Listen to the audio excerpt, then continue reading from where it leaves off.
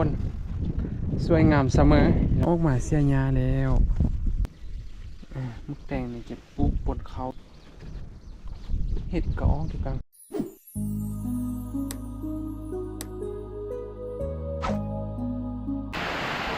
สวัสดีสบายดีเลยสวัสดีเด้อพ่อแม่พี่น้องยินดีต้อนรับเข้าสู่ช่องวิถีชาวบ้านมื้อนี้ก็ได้มาบ้านสมัครพี่น้องมากับน้องชายพอดีมารบกวนอยู่เที่ยงให้ของชาวบ้านคนแห่งพี่น้องกับบรรยากาศเก่าๆที่เที่ยงให้ของชาวบ้านพี่น้องได้เห็นบรรยากาศอยู่เที่ยงให้เที่ยงส่วนพี่น้องฝนตกแห้ง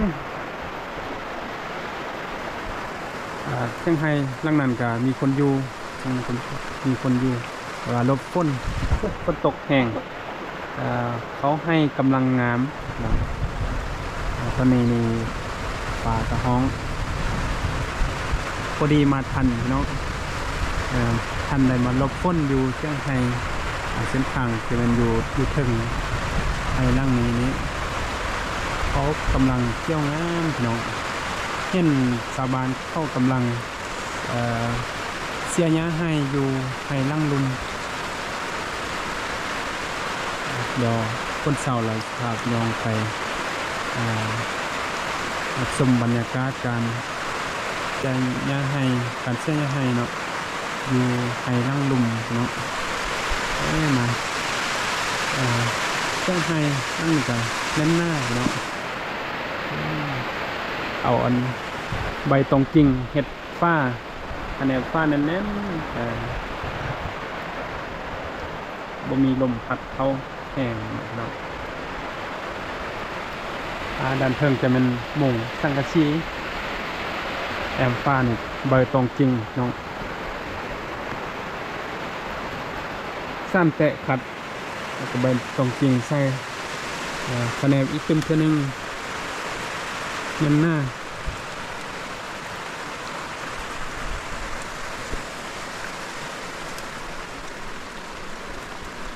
ตกมาในบุ้งประมาณครึ่งชั่วโมงแล้วพี่น้องฝนยังบ่ทันเช้า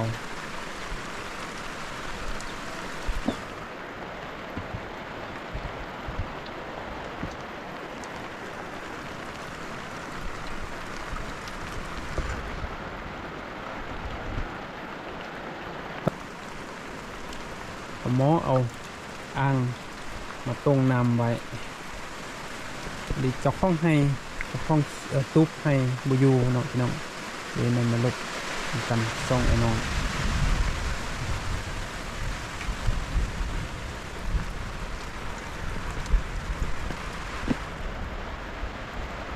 อากาศเย็น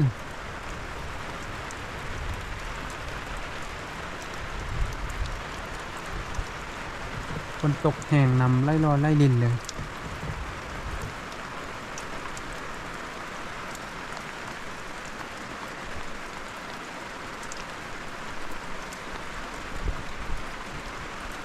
หมู่บ้านจะอยู่ไกลๆบ่เห็นเนาะเป็นหมอกกลมนี่ว่าฝนตกแห้งพี่น้อง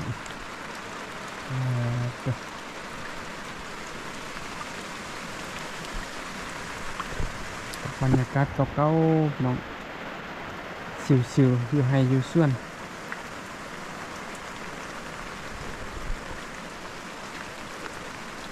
หมู่บ้านนี้ฝนตกตลอ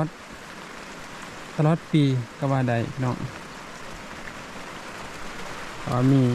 ยังมีป่าดงตึกหน้าอยู่สันเข้าเป็นปลาแก่ปลาใหญ่เนาะน้องไอ้เรื่องนี้ก็จะปลูกมันต้นหรือว่ามันสับปะรังแนวประเภทกินได้แล้วก็ปลูกสาลีมักแตงอยู่ตามกลางให้นะพี่น้อง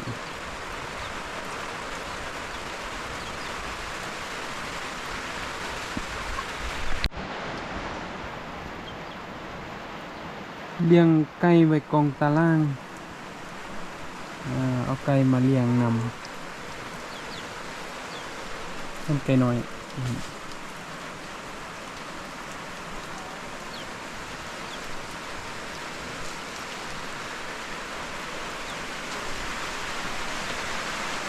อยู่ในมืดแดดพี่น้องอันนั้นทรายนอนหลับ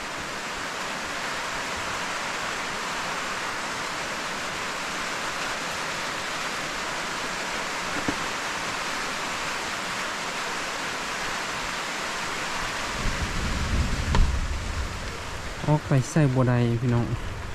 ฝนตกฟ้าห้องแหงได้แต่แนมอยู่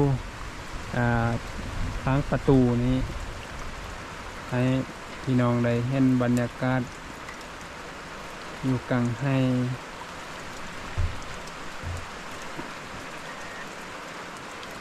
เขางามเขาเที่ยวงามแล้วพี่น้องฟ้ากระห้องแหง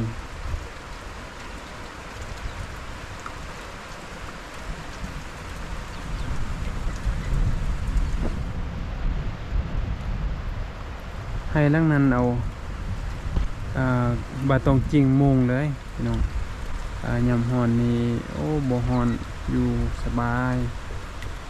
นอนหลับสบาย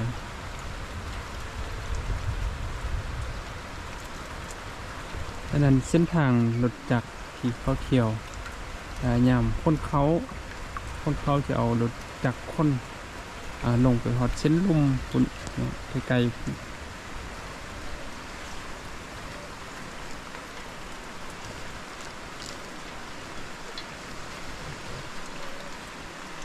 ฟืนก็เอามาไว้ใกล้ๆนี่ตามออมแขมฝ้าประตูแขมประตูนี่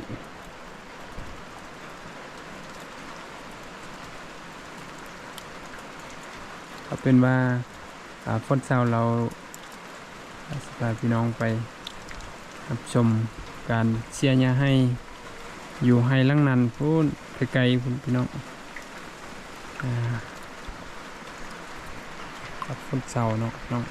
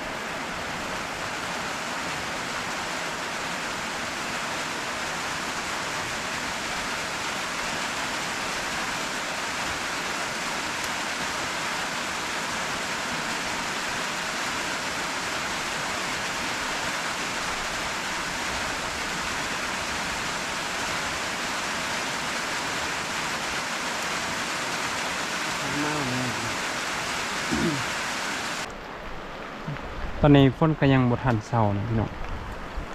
ได้มาฮอดเป็นชั่วโมงแล้วพี่น้องยังบ่เช้าเทื่อทางขึ้นถึงไปต่อได้บ่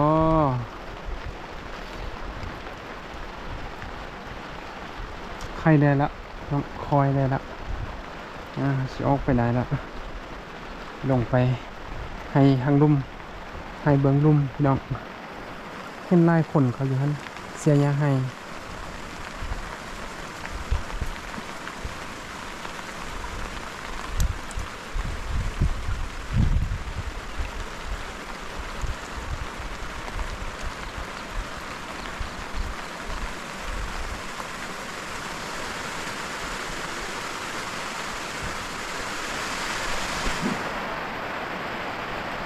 ทรายกันรับเหมือนรับฝนตกแข่งกับฝนเนาะอ่า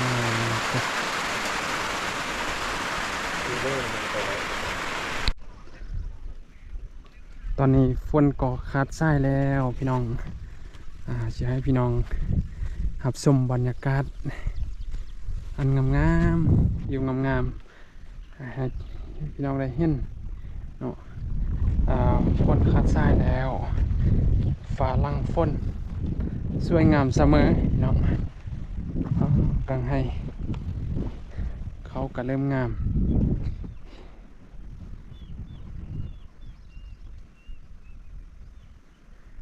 บวกกับเสียงนกฮ้องม่วนบรรยากาศดีพี่น้องอยู่ให้อยู่ส่วนชาวบ้านได้ยินเสียงนำต้นตาลเป็นห้วยนั่นมันบอกได้ยินเสียงแห้งๆต้นเคยอยู่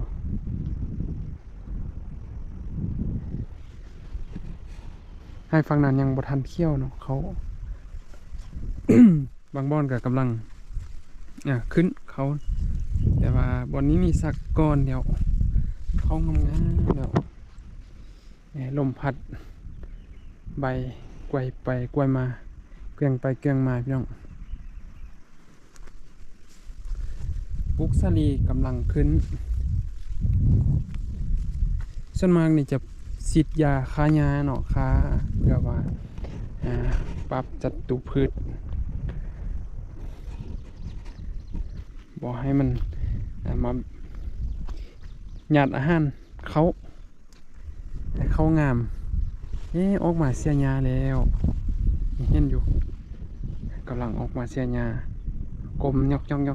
ดูพี่น้องโมเมนต์อันอื่นเสียหญ้า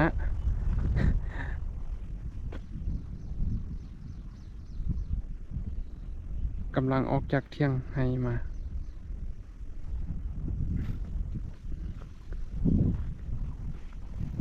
อีพีต่อไปบริษัทกสิลงไปลุ่มพุ่นแหละพี่น้องไปรับชมพาพี่น้องรับชมบรรยากาศอยู่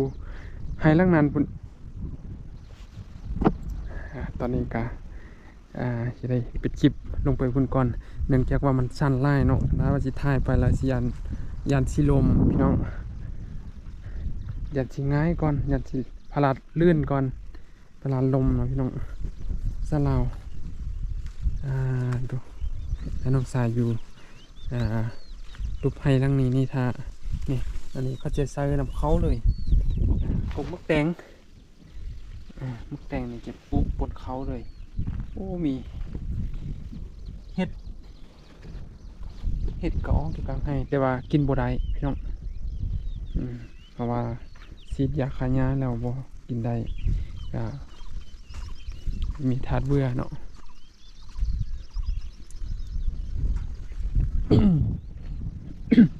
จะปลูกผักแพรวมักน้ำตามอมบริเวณรูปให้นี่ให้ทั้งนี้นี่เอาสังกะสีมาใส่นี่จะ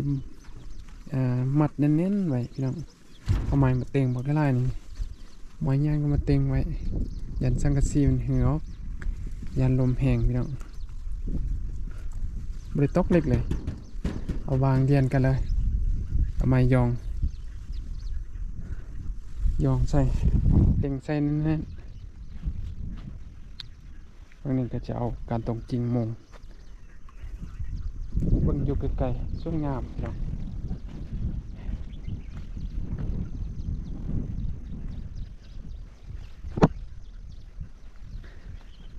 ผู้ใดเคยผ่านจุดนี้มาก่อน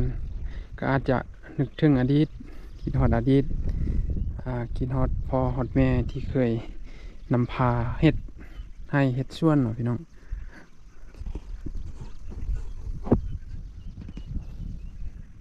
คิดฮอดพ่อฮอดแม่คิดฮอดพี่ฮอดน้องไอ้น้องนำกันไล่คนนี่มาเฮ็ดให้นำกันแต่ว่าบางคนก็ได้แยกออกไปตอนนี้ก็ คันเห็นบรรยากาศเก่าๆก็จะพาให้นึกถึงอดีตเก่าๆพี่น้องเคยมีเอื้อยมีอายเฮ็ดเวียกร่วมกัน แต่ก็ตอนนี้เนี่ยแยกย้ายกันไปเฮ็ดหน้าที่บนอื่นก็อาจจะบ่ได้พบพอกันหลายเดือนหลายปีถ้าเห็นบรรยากาศนี้นี่ก็เฮ็ดให้คิดฮอดอดีตเก่าๆพี่น้องเดี๋ยวสิพาพี่น้องลงไปรับชมบรรยากาศการเสียหญ้าออกจากเขาเนาะเสียหญ้าเขาให้ลุม